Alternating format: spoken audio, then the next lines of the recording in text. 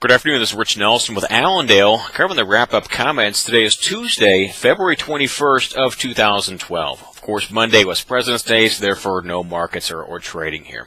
As far as outside markets, Paul did mention this morning, Greece has got their deal done as far as getting their bailout money kind of wrapped up, and the trade is hopeful that they will actually get those funds pushed through in time for their next payment, which is coming here in March.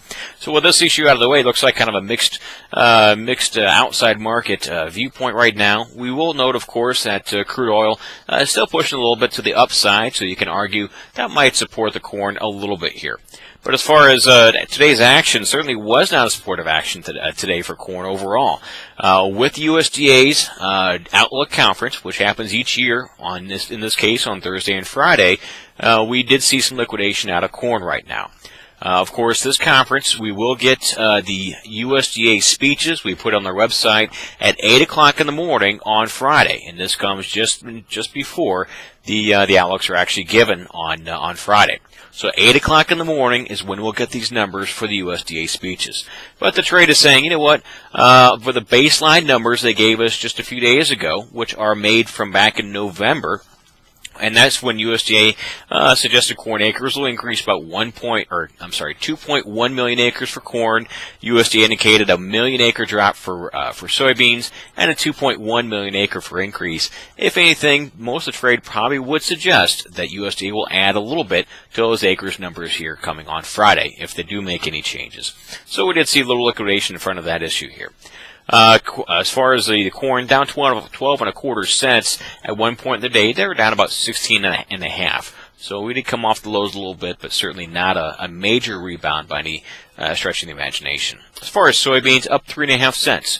At this point of the day, we're looking at Argentina range, which happened over the weekend, 1 to 3 inches, very widespread, very good, and that'll help solve or take care of some of the trade's concern for the crops down there. Brazil is going to get some rains here in the next few days.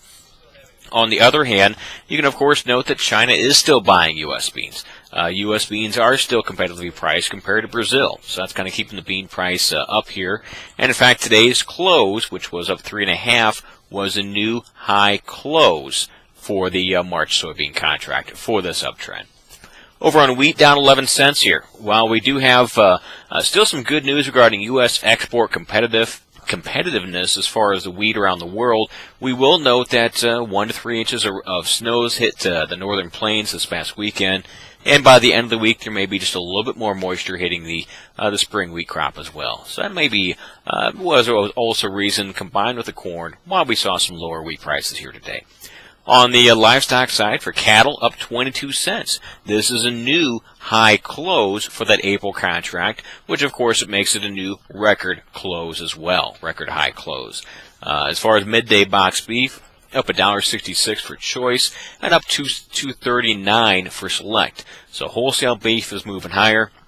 Live cattle prices hit new highs here last week, so certainly the general momentum here right now, and probably here for the next 2 to 3 weeks, as it usually is at this time of year, is still supportive right now for the cattle complex. For hogs, down 57 cents here.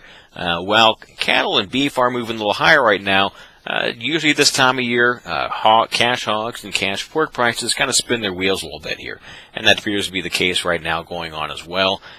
Today's cash pork trade, down, but maybe steady to a little bit lower here is what we would assume based on the midday USDA pork report. So overall, we're still in kind of this sloppy time frame for hogs and pork, and it may remain so for about probably another 2 or 3 weeks at least here. As far as big news at Allendale, one thing we will point out is you guys who are subscribing do get a chance to see our new revised corn and wheat price outlooks.